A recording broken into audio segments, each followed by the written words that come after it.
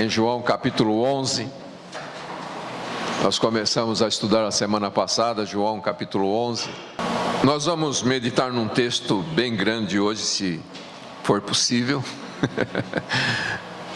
Mas eu quero ler por partes, né? Vamos ler por partes aqui, vamos ler alguns trechos e vamos tentar entender todo este acontecimento, desde o anúncio da doença de Lázaro, que nós estudamos a semana passada, até Lázaro ser ressuscitado pelo Senhor.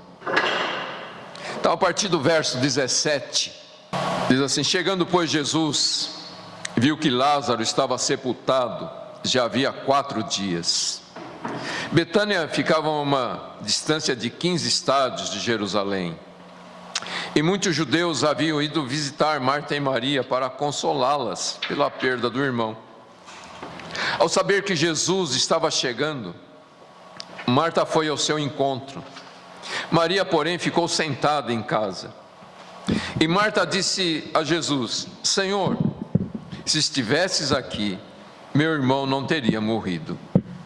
Mas sei que, mesmo agora, Deus te concederá tudo quanto lhe pedires. Jesus lhe respondeu: teu irmão ressuscitará. Disse-lhe Marta: sei que ele ressuscitará na ressurreição no último dia. Jesus declarou: eu sou a ressurreição e a vida. Quem crê em mim, mesmo que morra, viverá. E todo aquele que vive e crê em mim, jamais morrerá. Crês nisto? Respondeu-lhe Marta: sim, Senhor, eu creio que tu és o Cristo, o Filho de Deus, que devia vir ao mundo. Amém. Só até aqui por enquanto, vamos orar. Pai querido, nós te bendizemos e agradecemos por mais este tempo que o Senhor nos concede para meditarmos na tua santa palavra. Pedimos que o teu Espírito abra o nosso entendimento e nos dê compreensão da sagrada letra.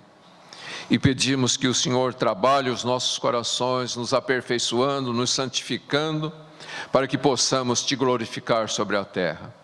Nós oramos em nome do Senhor Jesus e te damos graças. Amém.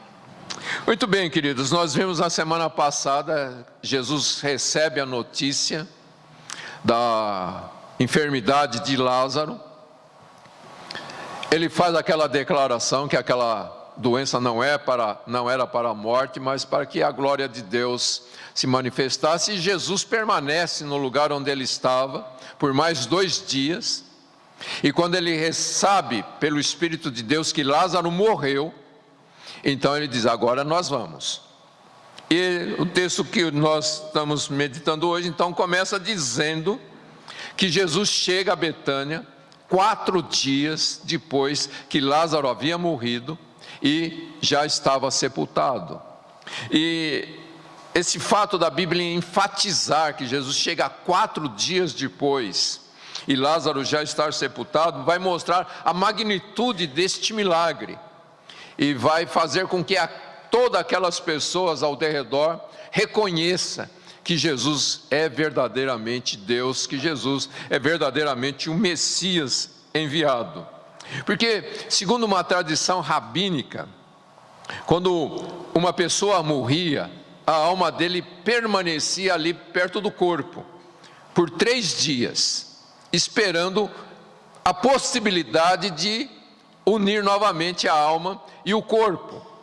Mas no 4º dia, quando o corpo começava a deteriorar, então a alma entendia que não tinha mais possibilidade nenhuma, e então ela partia para a eternidade. E então Jesus chega neste momento em que todo mundo está dizendo: acabou. Não existe a mínima possibilidade de Lázaro voltar à vida. E então, quando Jesus está chegando ali, diz o texto, né, que Marta recebe a notícia. Jesus não vai até a casa, Jesus para em algum lugar ali em Betânia, e Marta então recebe a notícia que Jesus chegou, e ela vai ao encontro de Jesus.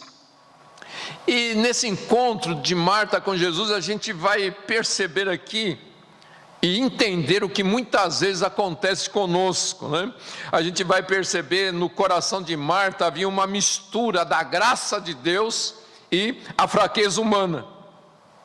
E isto, como eu disse, é uma realidade dos nossos corações. Ao mesmo tempo em que a graça de Deus está nos banhando e nos fortalecendo, a gente sente uma fraqueza interior e a gente fica no impasse, fica na dúvida, fica com medo, fica na ansiedade do que pode acontecer. E nós vemos isso claramente nas palavras que Marta vai falar com Jesus. E depois, quando Maria chega perante Jesus, ela vai falar as mesmas palavras, né? E isso demonstra essa mistura de graça e fraqueza que existe no coração de todo verdadeiro cristão. Quando ela chega perante Jesus, a primeira coisa que ela diz é: Senhor, se estivesses aqui, meu irmão não teria morrido. A gente precisa entender que Marta não está reclamando com Jesus. Marta, ela não está censurando Jesus, ela não está falando: por que o Senhor não veio? Se o Senhor tivesse vindo, meu irmão não teria morrido. Não, não é isso que ela está falando. Na verdade, o coração de Marta está profundamente pesaroso pela perda do seu irmão. E elas realmente entendiam que a morte de Lázaro não foi em consequência de Jesus não estar presente. Porque provavelmente, queridos, essa família que tinha muita comunhão com o Senhor Jesus, que por várias vezes recebeu o Senhor Jesus em suas casas, elas provavelmente sabiam que Jesus tinha autoridade para curar, mesmo sem estar presente. A gente estudou um tempo atrás, quando Jesus cura o servo do centurião, né? Jesus não está presente onde o servo do centurião está doente. E o próprio centurião disse: o Senhor não precisa ir na minha casa, basta que o Senhor diga uma palavra e meu servo será curado. Então Jesus não precisava estar presente para curar Lázaro, e Marta entendia isto. Ela sabia que Jesus, se estivesse no conselho de Deus, Jesus poderia ter curado Lázaro sem estar ali em Betânia. E aí é por isso que ela diz no verso 22: mas sei que mesmo agora Deus te concederá tudo o que lhe pedires. O que significa essas palavras de Marta? Se o Senhor estivesse aqui, meu irmão não teria morrido. Mas eu sei que tudo que o Senhor pedir para Deus, Deus vai conceder. Estaria talvez Marta crendo que Jesus poderia ressuscitar Lázaro? Será que aquelas palavras que Jesus enviou quando recebeu a notícia: essa doença não é para a morte, mas para a glória de Deus, para que o Filho de Deus seja glorificado, será que essas palavras estavam mexendo com o coração de Marta? E aí o que a gente vai notar aqui, no coração de Marta havia uma faísca de esperança, mas que ao mesmo tempo essa faísca ia se apagando. O coração de Marta estava oscilando entre a tristeza e a esperança, entre o desespero e o otimismo. Ela pensou: não tem mais jeito. Mas tem. Não sei. Ele pode, Deus vai ouvi-lo, mas será que é possível? Parece com alguém aqui? Talvez Marta, ela cria que Jesus podia ressuscitar, mas ela tinha medo de declarar isto. Ela tinha medo de expressar a sua fé. Jesus olha para ela, vê o que está acontecendo em seu coração, e ele então diz: teu irmão ressuscitará. E aí Marta apaga de vez toda a esperança e diz: eu sei que ele vai ressuscitar no último dia.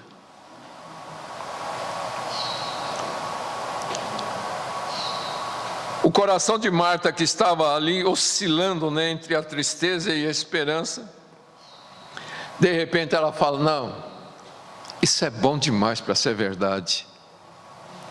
Quando Jesus fala: teu irmão vai ressuscitar, não, isso é bom demais para ser verdade agora, mas no futuro, na consumação dos tempos, eu sei que meu irmão vai ressuscitar. E isso aqui, queridos, é muito interessante, porque Jesus diz: teu irmão ressuscitará. Ela não é capaz de assimilar que Jesus, que estava ali, tinha toda a autoridade para ressuscitá-lo naquele mesmo instante. Ela não podia entender o que Paulo mais tarde vai dizer, que em Jesus habita corporalmente toda a plenitude da divindade. Então Marta tem um conhecimento das Escrituras, mas é um conhecimento assim de uma forma obscura. Ela vê uma parte da verdade, mas ela não consegue ver toda a verdade. Ela creu, mas a sua fé estava misturada com incertezas e incredulidade.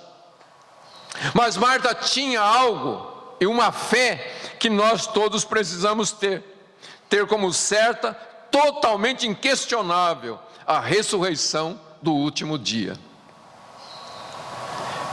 E mais uma vez, querido, eu quero chamar a sua atenção que a gente não pode esquecer que tanto Marta quanto Maria eram verdadeiras filhas de Deus, verdadeiramente cristãs, convertidas ao Senhor. E assim como elas não alcançaram uma perfeição, nós também não alcançaremos uma perfeição nesta terra. Sem dúvida nenhuma, eu creio que a cada dia o Senhor vai renovando as nossas vidas, vai nos transformando, vai nos santificando, mas ainda nós somos homens falhos, sujeitos ao pecado, e seremos assim até o dia de nossa morte. Então, assim como Marta e Maria, a fé dos verdadeiros cristãos muitas vezes vai estar mesclada com incredulidade, e a graça vai estar cercada por deficiências humanas do nosso coração. Eu sempre digo aqui daquele pai que disse para Jesus, quando Jesus pergunta para ele: você crê? E ele diz: Senhor, eu creio, mas Senhor, me ajuda na minha incredulidade. E como eu tenho dito, eu acho que essa é a frase e a oração que todo cristão deveria fazer. Eu creio, mas a minha fé é imperfeita, a minha fé não é plena, eu ainda não tenho todo o conhecimento das Escrituras, então a minha fé é limitada. Senhor, me ajuda na minha incredulidade. Porque muitas vezes, queridos, a gente confessa a fé. Não, eu creio em Deus, eu creio que Jesus pode. Mas muitas vezes, e na maioria das vezes, ou em todas as vezes, essa fé está mesclada com incredulidade. E a gente então precisa pedir: Senhor, me ajuda na minha incredulidade. Esse fato então nos leva a entender, queridos, que nós precisamos cada vez mais buscar convicções muito claras a respeito da pessoa, da obra do Senhor Jesus, do ofício do Senhor Jesus e do poder que nosso Senhor Jesus Cristo tem. Essa questão é aqui muito ressaltada, né? Quando Jesus então vai falar para Marta, porque ela diz: eu creio, né, que tudo aquilo que o Senhor pedir ao Pai, o Pai vai lhe conceder. E aí Jesus então responde para ela: eu sou a ressurreição e a vida, quem crê em mim, mesmo que morra, viverá, e todo aquele que vive e crê em mim, jamais morrerá. Jesus está dando essa declaração por causa da insegurança que está no coração de Marta. E Jesus, na verdade, está proclamando aqui o quinto eu sou, de um total de 7. Por 7 vezes, Jesus, durante seu ministério, usou a expressão que Deus usou para Moisés, quando Moisés perguntou: quando eu chegar lá diante do povo e eles perguntarem quem me enviou, o que eu respondo?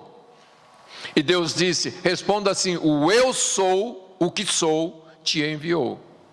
E Jesus está usando essa mesma expressão, eu sou, declarando que Ele é Deus. Então é a 5ª vez, num total de 7, que Jesus vai usar este termo, eu sou. E Ele então diz: eu sou a ressurreição e a vida. Então, queridos, esta é a grande verdade. Jesus é a ressurreição e Ele é a vida. E a mesma coisa a gente pode dizer, a ressurreição e a vida é Jesus. Amém? E é interessante a ordem aqui, a ressurreição e a vida, porque é a ressurreição que abre a porta para a vida eterna, para a vida imortal. Então a Bíblia diz: nós estávamos mortos em nossos pecados, então Ele nos deu vida. Então primeiro Ele nos ressuscita, para então nos conceder a vida. E diante disso a gente pode afirmar que Jesus não é somente a vida, mas Ele é a vida completa, a vida realmente abençoada por Deus, porque no Senhor Jesus estão todos os atributos de Deus Pai, Deus Filho, Deus Espírito Santo, a Santíssima Trindade. Em Jesus nós podemos ver a onisciência, a sabedoria, a onipotência, o amor, a santidade e assim por diante. E a gente pode afirmar que Jesus é a causa, Jesus é a origem, a fonte da ressurreição gloriosa que todos nós vamos experimentar um dia. Como diz a canção, porque Ele vive, nós também viveremos.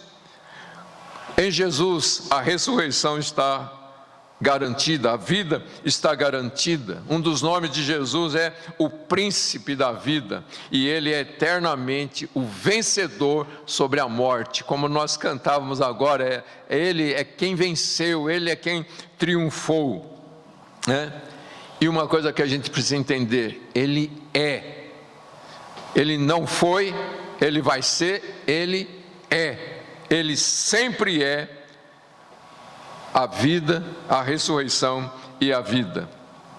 Então, nessas palavras de Jesus para Marta, quando ela está naquela indecisão, creio, não creio, Ele vai fazer, Ele não vai fazer, Jesus faz essa declaração para que a chama da fé fosse realmente renovada, fosse acesa novamente no coração de Marta, E o que Jesus queria é que essa esperança crescesse cada vez mais em seu coração, que ela ficasse firme, crendo no Senhor Jesus, e que essa chama se tornasse realmente algo vivo dentro do seu coração.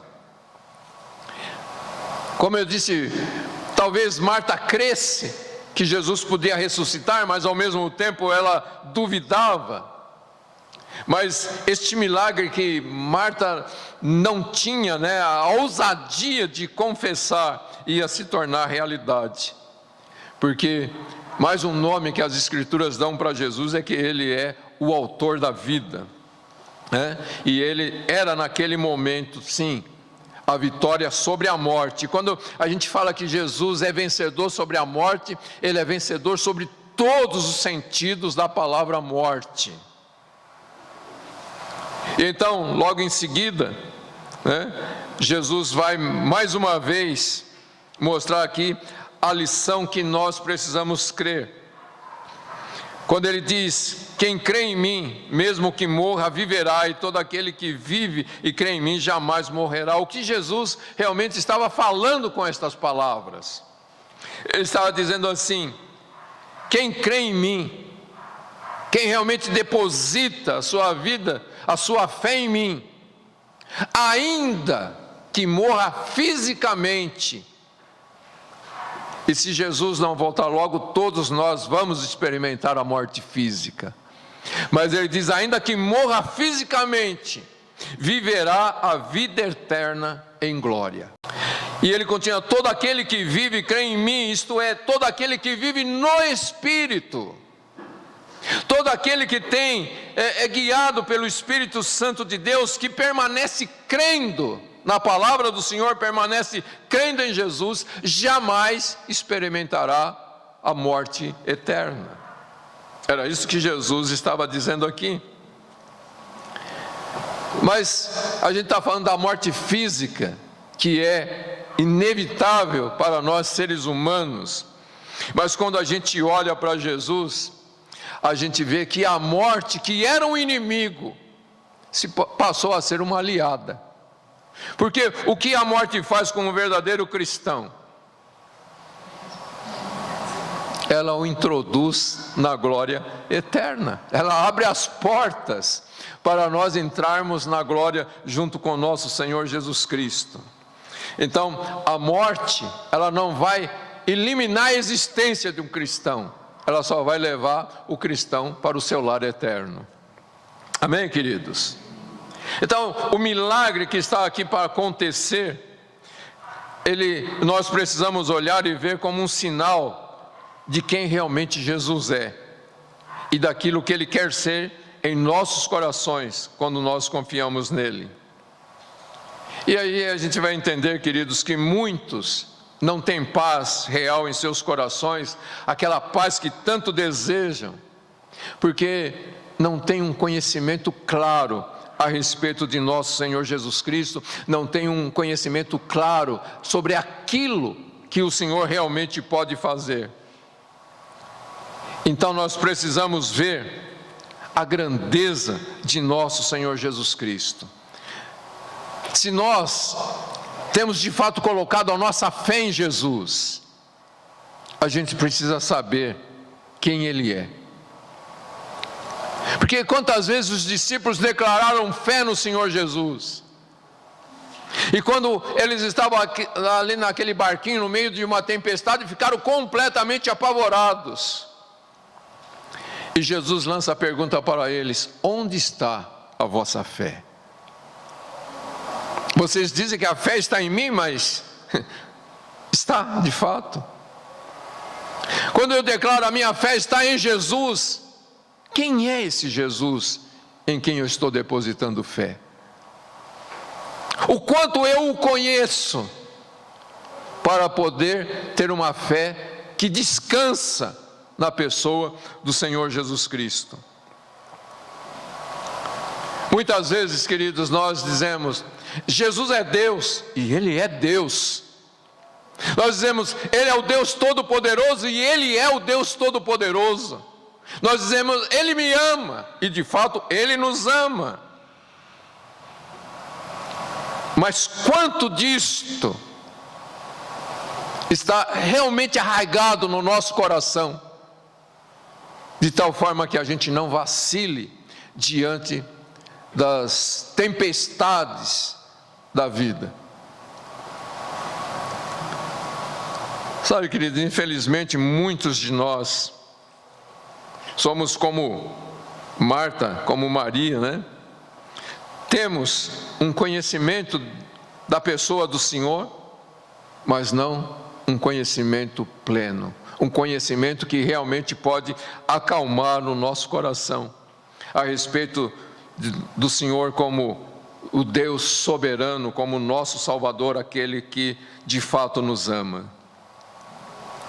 E quando nós não temos um conhecimento adequado de nosso Senhor Jesus Cristo, então a gente experimenta muito pouco daquilo que Ele pode fazer em nossas vidas, e muitas vezes a gente não consegue experimentar a plenitude do Senhor. Nós não conseguimos experimentar o verdadeiro sentido da vida que Ele disse: eu vim para que tenhais vida e a tenham em abundância. Quantos de nós pode afirmar sem medo nenhum de errar: eu vivo a abundância da vida que Jesus tem para mim, eu vivo na plenitude da vida que Jesus é para mim? Quantos de nós temos plena convicção que Jesus é o nosso sumo sacerdote, que está intercedendo por nós junto de Deus Pai?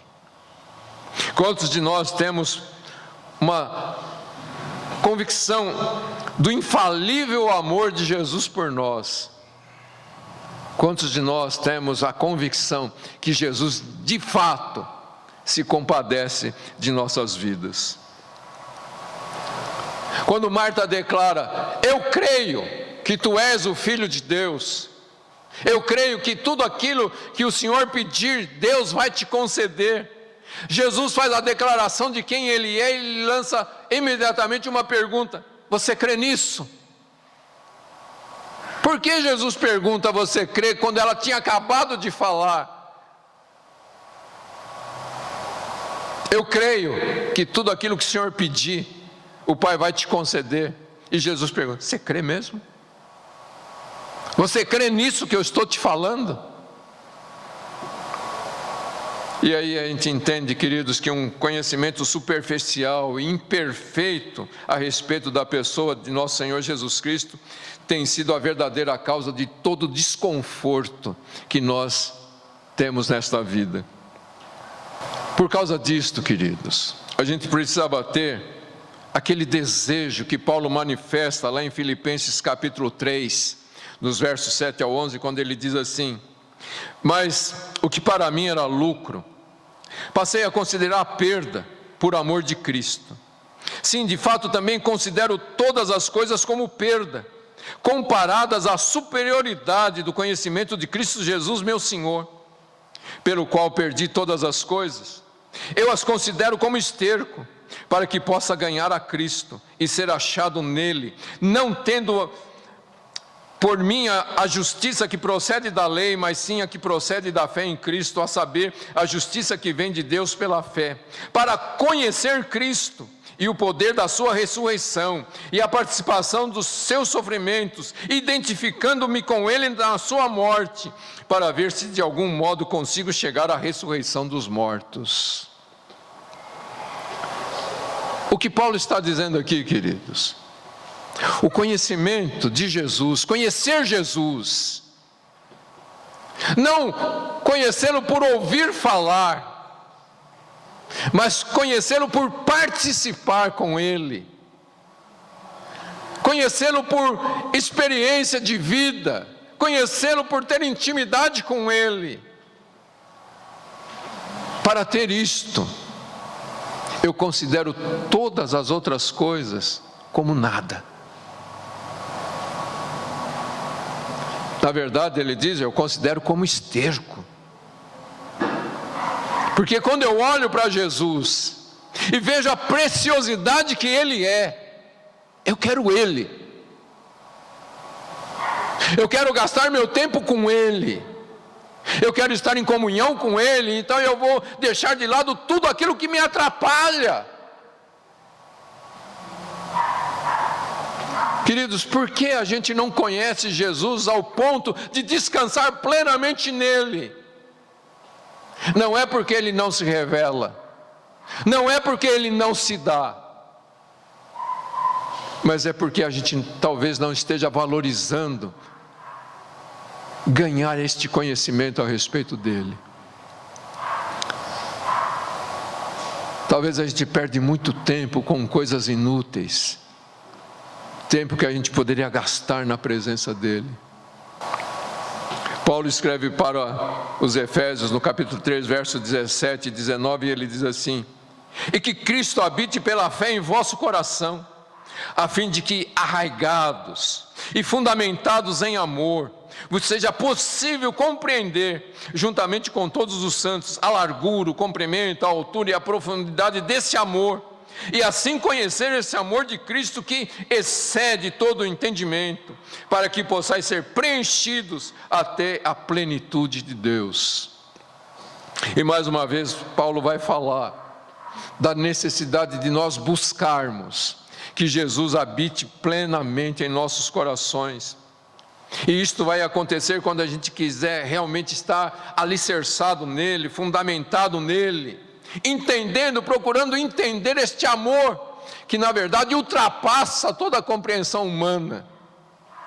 Quando a gente pensa que o Deus de toda a glória, o Deus criador de tudo que existe, o Senhor de todo o universo, nos amou ao ponto de se fazer homem e morrer numa morte tão horrível na cruz. Que amor é esse? Será que eu quero entender esse amor? Será que eu quero entender a pessoa de Cristo, a obra de Cristo? Essa é a grande questão. E se nós realmente desejarmos e buscarmos com todo o nosso coração, e o Senhor diz: buscar-me-eis e me achareis, quando me buscardes de todo o vosso coração. O Senhor diz que quando nós o buscarmos, nós vamos encontrá-lo. E a grande realidade é essa, querido, nós vamos ficar admirados com as descobertas que faremos. Nós vamos perceber que em todas as situações que nós enfrentamos nesta vida, existe uma fonte de água pura para nós. Existe ali algo de Deus que está muito próximo de nós e que a gente não estava vendo. Sempre esteve e a gente não estava vendo. Nós vamos descobrir que aqui nesta terra, querido, existe muito do céu para nós desfrutarmos, mas que a gente não está vendo, porque não estamos buscando esse entendimento a respeito de Jesus. E a gente pode dizer que a raiz de toda a vida espiritual é um claro, evidente, um definido conhecimento da pessoa e da obra de nosso Senhor Jesus Cristo. E sem esse entendimento, sem entender quem é Jesus, os ofícios do Senhor Jesus, se a gente não buscar conhecê-lo, nós não temos como permanecer numa fé inabalável, não tem como nós ficarmos perseverantes em tempos de necessidade.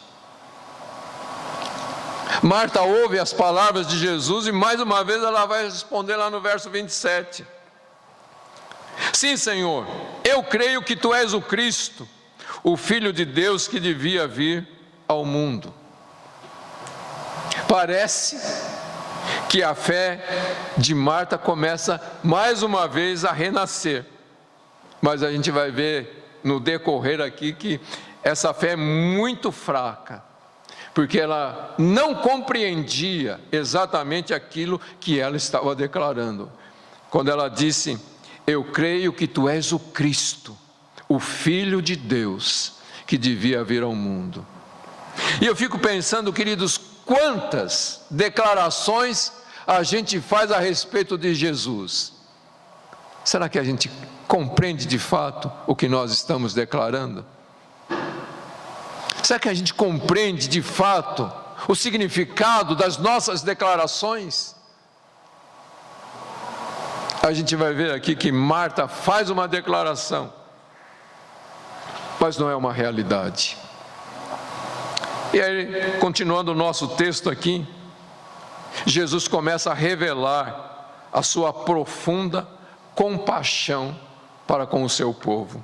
A partir do verso 28, diz assim: dito isto, lá João capítulo 11, a partir do verso 28, dito isto, ela se retirou e chamando sua irmã Maria em particular, disse-lhe: o mestre está aqui e te chama. Ouvindo isto, Maria levantou-se depressa e foi ao encontro dele, pois Jesus ainda não havia entrado no povoado, mas estava onde Marta o encontrara. Então os judeus que estavam em casa com Maria e a consolavam, vendo-a levantar-se às pressas e sair, seguiram-na, pensando que se dirigia ao sepulcro para ali chorar. Ao chegar ao lugar onde Jesus estava e vê-lo, olha só, Maria lançou-se aos seus pés e disse: Senhor, se estivesses aqui, meu irmão não teria morrido. Ao vê-la chorando, e também os judeus que a acompanhavam, Jesus comoveu-se profundamente no espírito e, abalado, perguntou-lhes: onde o puseste? Responderam: Senhor, vem e vê. Jesus chorou. Então os judeus disseram: vede como o amava. Mas alguns disseram: será que ele que abriu os olhos ao cego não podia também ter evitado a morte, que este homem morresse? Então, queridos, nesses versos, nós não vamos olhar tanto aqui para Maria, porque ela fala a mesma coisa que Marta já falou, mas nós vamos olhar para Jesus e ver o caráter amável do nosso Senhor Jesus Cristo. E vamos ver como Ele é poderoso para salvar perfeitamente aqueles que se achegam a Deus. Como diz o escritor aos Hebreus, capítulo 7, 25, portanto, também pode salvar perfeitamente os que por meio dele se chegam a Deus, pois vive sempre para interceder por eles. E nós vamos ver Jesus, aquele que é um com o Pai, como ele declarou: eu e o Pai somos um. Jesus, o Criador de todas as coisas. Nós vamos ver este Deus Todo-Poderoso participando das tristezas do seu povo e derramando lágrimas humanas. Nós vamos ver aqui a profunda empatia que existe no coração do Senhor Jesus Cristo para com a sua igreja. O texto diz aqui que, ao vê-la chorando, e também os judeus que a acompanhavam, Jesus comoveu-se profundamente no espírito e, abalado. Vamos entender esse abalado, porque Jesus sabia perfeitamente o que ele iria fazer. Mas a gente vê a humanidade perfeita de nosso Senhor Jesus Cristo, que se tornou homem, um homem perfeito, totalmente homem, 100% homem. E o escritor aos Hebreus vai dizer que ele foi tentado em todas as coisas à nossa semelhança e sofreu todas as coisas que nós sofremos para poder se tornar o nosso sumo sacerdote, que se compadece de nossas vidas. Jesus então mostra, em primeiro lugar, porque a palavra que João usa aqui, ela dá um duplo sentido, e ela dá o sentido que Jesus ficou indignado naquele momento. Mas não indignado com as pessoas, ele ficou indignado contra o diabo, ele ficou indignado contra o pecado, que é a causa de todo sofrimento, de toda dor, de toda angústia. Então, indignado contra o diabo e o pecado, Jesus se enche de compaixão por todos aqueles que estavam tristes e sofrendo. E nesse momento, Jesus chora. Como eu disse, queridos, Jesus sabia perfeitamente o que ele ia fazer.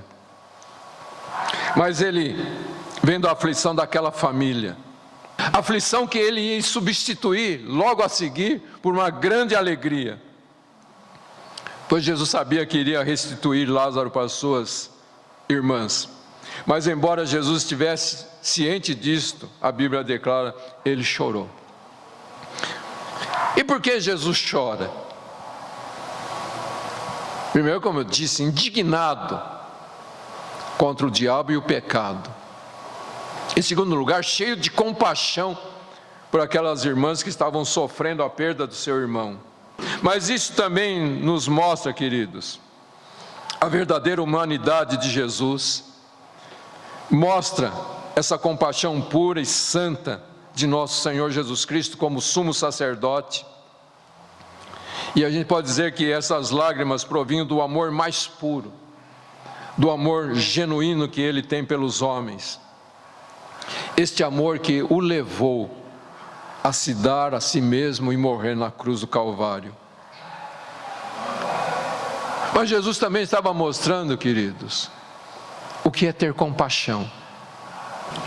O choro de Jesus revela que chorar pelas pessoas não é pecado, não é mostrar fraqueza, mas é mostrar empatia pelas pessoas.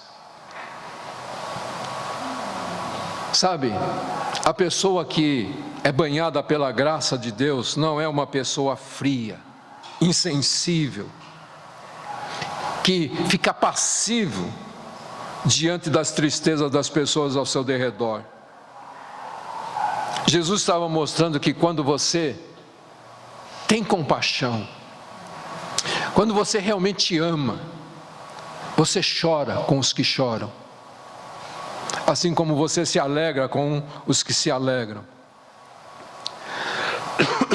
Jesus demonstra toda essa empatia, mostrando a empatia que Ele tem conosco nos momentos que estamos sofrendo.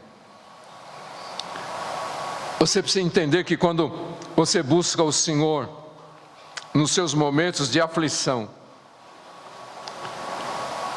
você precisa entender que Jesus sabe exatamente o que você está passando, e Ele tem compaixão da sua vida. Jesus é aquele que nunca muda. Hoje, a Bíblia declara, Ele está no céu, sentado à direita do trono de Deus Pai. Mas o que Ele está fazendo lá, sentado à direita de Deus Pai? A Bíblia diz, Ele está intercedendo por você. Quando Jesus vê você doente, Ele intercede por você junto do Pai. Quando Jesus vê você passando por uma dificuldade, Ele intercede por você diante do Pai. Quando Jesus vê e Satanás pede para Ele que quer peneirar você, Jesus intercede por você. A Bíblia diz: nós temos diante do Pai um advogado que advoga a nossa causa. Nós temos um intercessor diante do Pai. E quem Ele é? Ele é aquele que chorou vendo o sofrimento de Marta e Maria.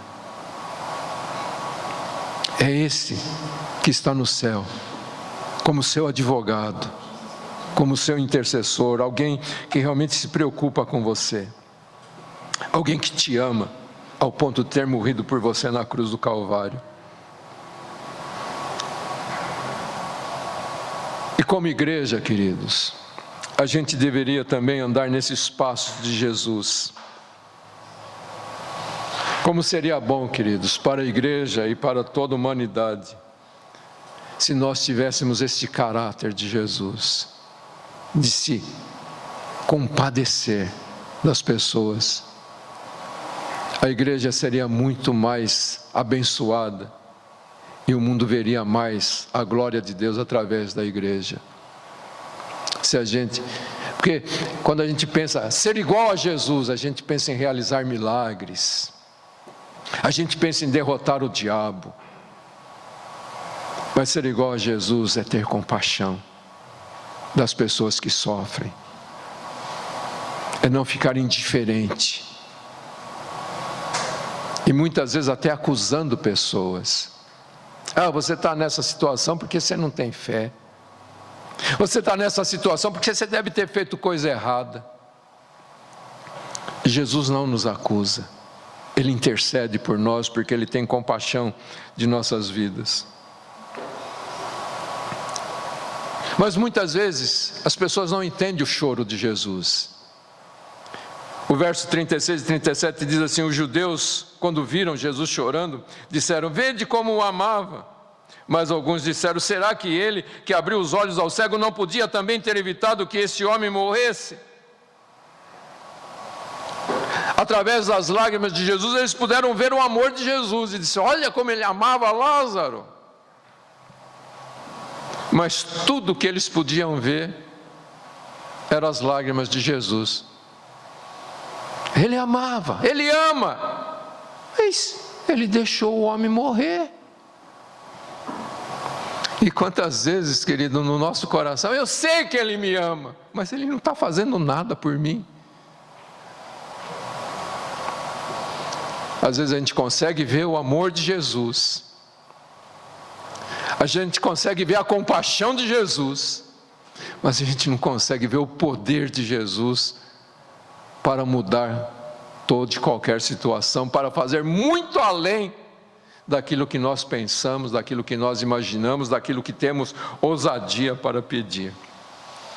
Os judeus não podiam ver nada em Jesus, além de um pequeno amor que não pôde fazer nada.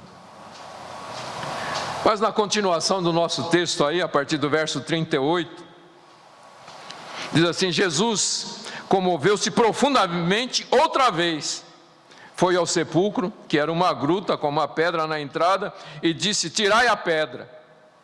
Então Marta, irmão do morto, disse-lhe: Senhor, ele já cheira mal, porque já faz 4 dias. Jesus lhe respondeu: não te disse que se creres verás a glória de Deus? Então tiraram a pedra. E Jesus, levantando os olhos ao céu, disse: Pai, graças te dou porque me ouviste. Eu sei que sempre me ouves, mas por causa da multidão que está aqui é que assim falei, para que creiam que me enviaste. E tendo dito isto, exclamou em alta voz: Lázaro, vem para fora. E o que estivera morto saiu com os pés e mãos atados com faixas e o rosto envolto num pano. E Jesus lhes disse: desatai-o e deixai-o ir. Muito dentre os judeus que tinham ido visitar Maria, vendo o que Jesus fizera, creram nele. Mas alguns deles foram procurar os fariseus para contar o que Jesus fizera. Então, chegamos finalmente neste maravilhoso milagre, a gente pode dizer o maior, não sei se a gente pode dizer isso, mas o maior milagre do ministério de nosso Senhor Jesus Cristo, que vai mostrar definitivamente que Jesus é Deus soberano sobre todas as coisas. Aquele que, com a sua voz, retira do sepulcro alguém que estava morto por 4 dias. Só pode ser Deus sobre todas as coisas. Mas as afirmações de nosso Senhor aqui nesta ocasião é muito interessante e a gente pode pensar algumas coisas aqui. Quando Jesus chega diante do sepulcro, a primeira coisa que Jesus diz é: tirai a pedra. E aí, queridos, vamos pensar um pouquinho aqui. Jesus, que é todo poderoso, Criador dos céus e da terra, aquele que sustenta todas as coisas, que está prestes a chamar um morto de 4 dias de volta para a vida, ele não tinha poder para fazer aquela pedra rolar? E por que ele fala para as pessoas tirarem aquela pedra? E a gente chega à conclusão, queridos, é que Jesus não desperdiça seu poder com aquilo que nós homens podemos fazer. Aquilo que está nas suas mãos fazer, não peça para Jesus fazer, porque às vezes a gente é muito acomodado, né? A gente quer jogar tudo para Ele, toda a responsabilidade para Ele, mas Ele joga para nós as responsabilidades que nós temos diante dEle. Jesus está ensinando aqui que a sua soberania não anula a responsabilidade do homem. Jesus está pronto para fazer, como a gente está pensando aqui, no maior milagre do seu ministério, a ressurreição de um morto de 4 dias. Mas ele diz: olha, eu vou fazer, mas vocês não fiquem aí de bobeira não. Faz o que vocês têm que fazer. Faz o que é possível vocês fazerem. Sabe, queridos, existem responsabilidades. Muitas vezes os pais só oram: Jesus, guarda o meu filho, mas não orienta o filho.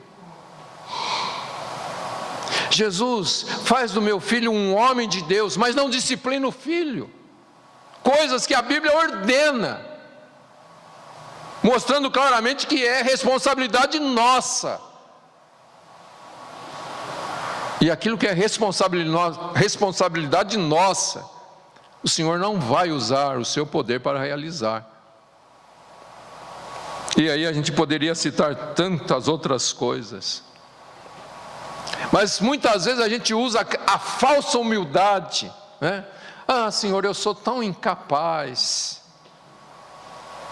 Ah, Senhor, eu sou fraco. Ah, Senhor, né? E Jesus fala, muda essa atitude. Assuma a sua responsabilidade. Porque eu não vou fazer aquilo que é você que tem que fazer. É verdade, queridos, que sem Ele a gente não pode fazer nada. Mas então a gente tem que buscá-lo, se fortalecer nele para fazer o que temos que fazer. Ok? Então, vamos sempre lembrar dessa lição aqui. Antes da realização de um milagre, de um glorioso milagre, Jesus dá uma ordem para os homens: tira a pedra. Ok? Mas nós vamos notar aqui, né, a reação de Marta. Mais uma vez, Marta vai oscilar. Eu sei que tu és o Cristo, o Filho de Deus. Eu sei que tudo aquilo que o Senhor pediu ao Pai, Ele vai fazer. Eu sei, eu creio. E aí quando Jesus manda tirar a pedra, Marta já vai se colocar: não, Senhor, já está cheirando mal. Não faz isso não, Jesus. Por que Marta mais uma vez oscila na sua fé? Olha as palavras dele: Senhor, ele já está cheirando mal. Para quem Marta está olhando? Para um cadáver, e não para aquele que é o Deus Todo-Poderoso. Esse é o nosso problema, querido. A gente olha mais para o problema do que para Jesus. A gente fica dizendo: nossa, está difícil. Não está difícil. É praticamente impossível. Não tem jeito, não dá. Está cheirando mal. Esse é o problema. Olhar para o lado errado. Marta volta toda a sua atenção para o cadáver de Lázaro e não para aquele que tem o poder sobre a morte. E aí Jesus, ouvindo as palavras de Marta, Jesus fala: não te disse que se creres verás a glória de Deus? Jesus fala: Marta, você já esqueceu tudo. Quando Lázaro ficou doente, o que eu falei? Essa doença não é para a morte, mas para a manifestação da glória de Deus.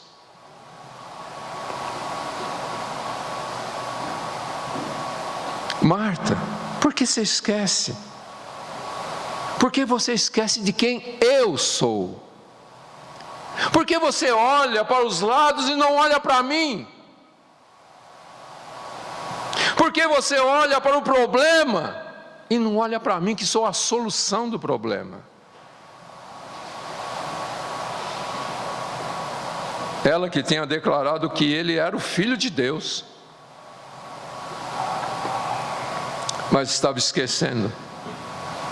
E quantas vezes, querido, nas horas difíceis a gente esquece de quem Jesus é. Como rapidamente a nossa fé desfalece nos tempos de aflição. Quando está tudo bem, a gente até fala para os outros, né? Fica firme, crê em Jesus. Mas quando chega a nossa hora de enfrentar a luta, está cheirando mal. A gente não consegue ver. Então guarde isto no seu coração, meu querido, minha querida irmã. Se creres, verás a glória de Deus. Que nós busquemos ao Senhor para que Ele nos ajude a guardar a fé no nosso coração, para que quando vier o sofrimento, vier as lutas, nós possamos suportar pacientemente, crendo que Ele colocará tudo em ordem, que Ele envia a sua palavra e põe tudo em ordem. Que não sejamos como Tomé, né? Eu tenho que ver para crer, mas que de todo o nosso coração a gente possa declarar: eu creio e eu verei. Diante das palavras de Jesus, Marta se cala, né? E os homens vão lá e tiram a pedra. E o texto então nos diz: Jesus, levantando os olhos ao céu, disse: Pai, graças te dou porque me ouviste. Jesus não está orando aqui pedindo algo para Deus. Jesus já realizou tudo. no mundo espiritual, antes de toda a eternidade, Jesus já ordenou todos os seus atos soberanos. E ele diz: graças te dou porque me ouviste. Eu sei que sempre me ouves, mas por causa da multidão que está aqui é que assim falei, para que creiam que me enviaste. Veja, queridos, Jesus faz uma adoração a Deus, e é interessante porque o texto diz que ele levantou os olhos como que se contemplando, o trono soberano de Deus, e vendo o milagre já realizado, ele diz: graças te dou porque me ouviste. E ele diz: eu estou orando assim, não porque eu quero alcançar algo do Senhor, porque eu sei que o Senhor já fez isto, o Senhor já ordenou isto. Isso já é um ato soberano do Senhor. A ressurreição de lado é um ato soberano do Senhor, já determinado. Mas eu quero que eles entendam a nossa unidade. Eu quero que eles entendam que o Pai e o Filho possuem uma relação íntima e eterna. Que eles possam crer que eu sou aquele que tu enviaste para o benefício deles. Que eu sou aquele que o Senhor enviou para ser o mediador entre Deus e os homens. E a gente vê então que o Evangelho de João pretende ensinar essa completa e total e perfeita unidade que existe entre o Pai e o Filho, uma unidade eterna. E Jesus queria que as pessoas soubessem disso, e é necessário que a gente entenda estas verdades também, queridos, porque é isto que vai tornar a nossa fé verdadeira e inabalável diante do Senhor. Paulo, que tinha um entendimento, que orou, que trocou todas as outras coisas para conhecer Jesus, ele fez a seguinte declaração na segunda carta a Timóteo, capítulo 1, verso 12: eu sei em quem tenho crido, e estou certo de que Ele é poderoso para guardar o meu tesouro até aquele dia.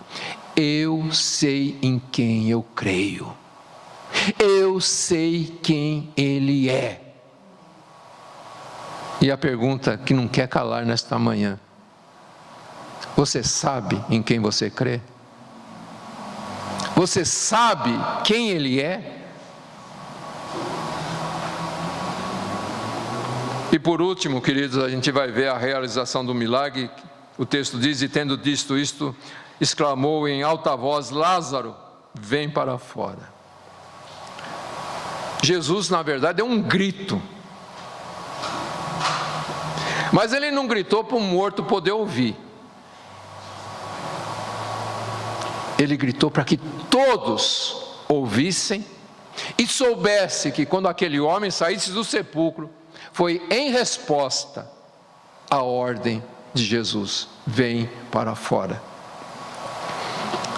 A voz de Jesus foi a expressão da sua vontade soberana, da sua vontade onipotente, e levou aquele homem morto a voltar à vida, obedecendo o seu comando.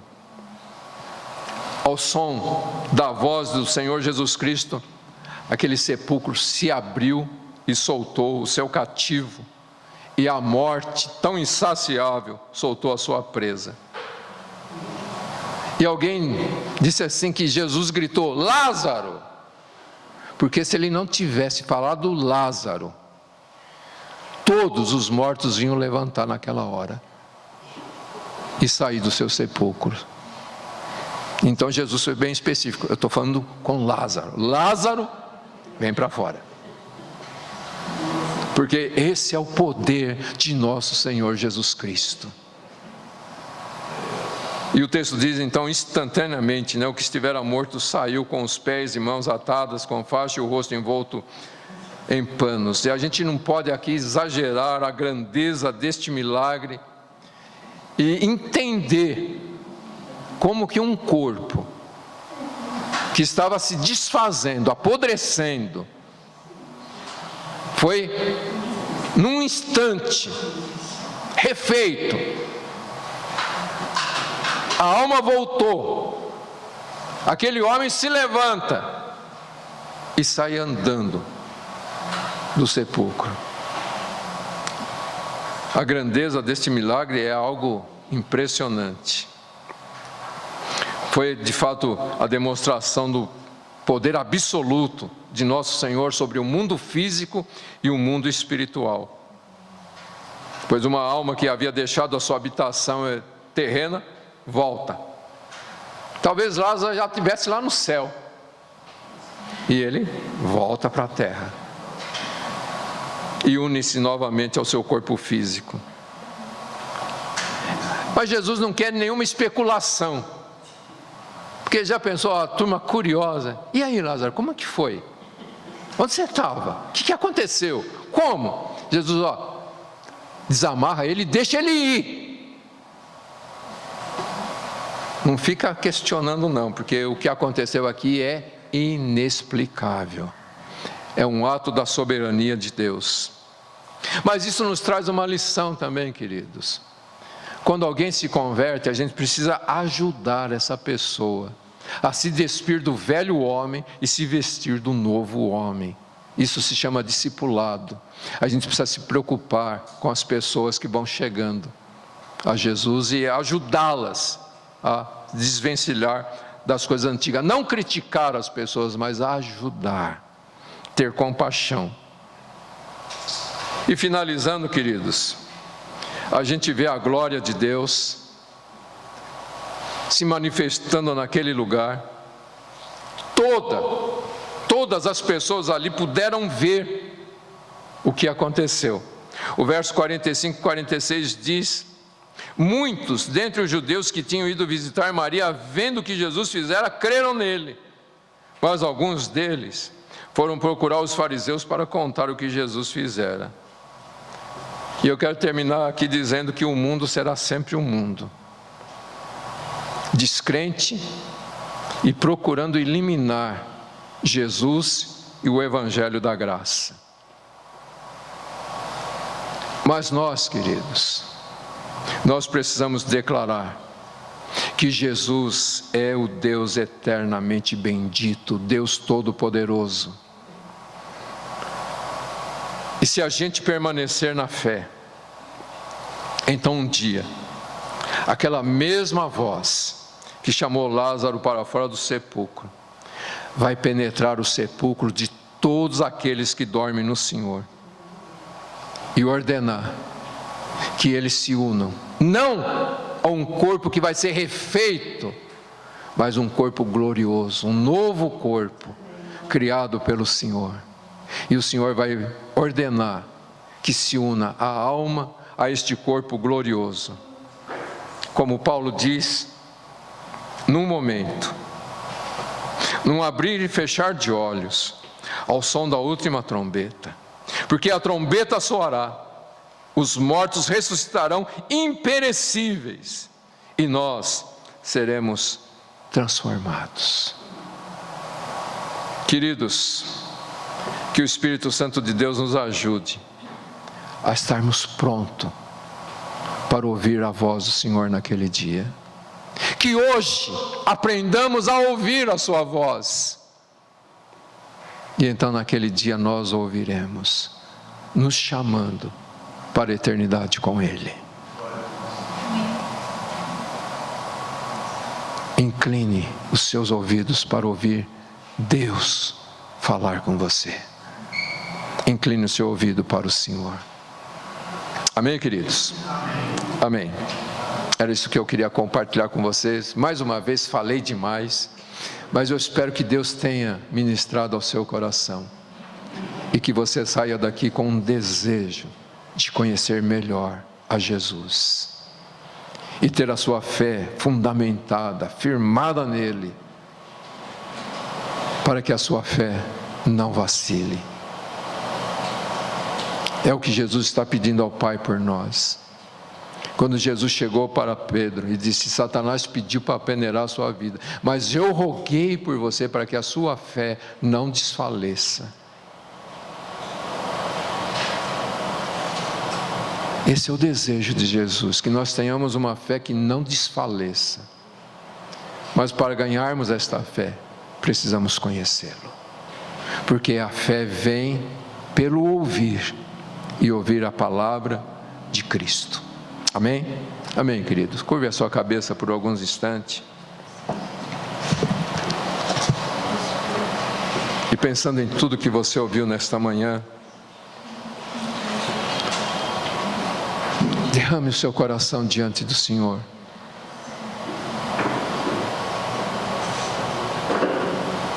E faça aquela oração: Senhor, eu creio, mas me ajuda na minha incredulidade. Deixe-me te conhecer, Jesus. Quero te conhecer na intimidade. Quero te conhecer na intimidade. Quero ser conhecido pelo Senhor. Quero conhecer o Senhor. Me ajude a abrir mão de todas as coisas, Senhor. Como Paulo, me ajude a considerar as coisas como perda. As coisas deste mundo é perda de tempo. As coisas deste mundo são ilusórias. E a Bíblia então nos ensina: busque as coisas do alto. Pense nas coisas do alto, onde Cristo está sentado à direita de Deus Pai. Busque o Senhor enquanto se pode achar.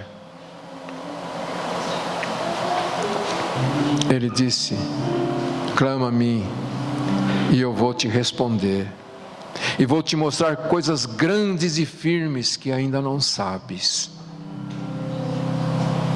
Jesus, eu quero te conhecer.